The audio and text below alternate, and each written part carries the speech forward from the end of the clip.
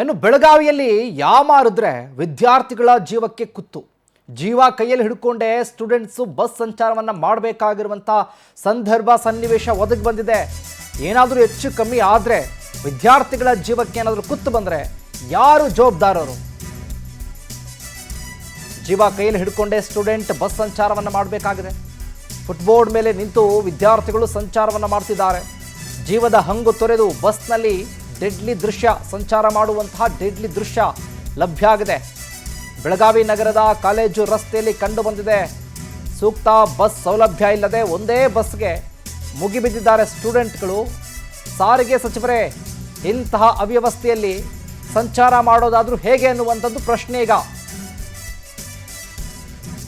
ಶಕ್ತಿ ಯೋಜನೆ ಬಿಟ್ಟು ಈಗ ವಿದ್ಯಾರ್ಥಿಗಳು ಪರದಾಟವನ್ನ ಮಾಡುವಂತಾಗಿದೆಯಲ್ಲ, ಏನು ಹೇಳ್ತೀರಿ ಸಾರಿಗೆ ಸಚಿವರು ಈ ವಿಚಾರವಾಗಿ? ಸರಿಯಾದ ರೀತಿಯಲ್ಲಿ ಸರಿಯಾದ ಸಮಯಕ್ಕೆ ಶಾಲಾ ಕಾಲೇಜುಗಳಿಗೆ ಹೋಗುವಂಥ ವಿದ್ಯಾರ್ಥಿಗಳಿಗೆ ಸಾರಿಗೆ ವ್ಯವಸ್ಥೆಯನ್ನು ಕಲ್ಪಿಸಿಕೊಡೋದು ಯಾಕೆ ಕೆಲಸ? ಬಸ್ ಸೌಲಭ್ಯ ಇಲ್ಲ ಅಲ್ಲಿ.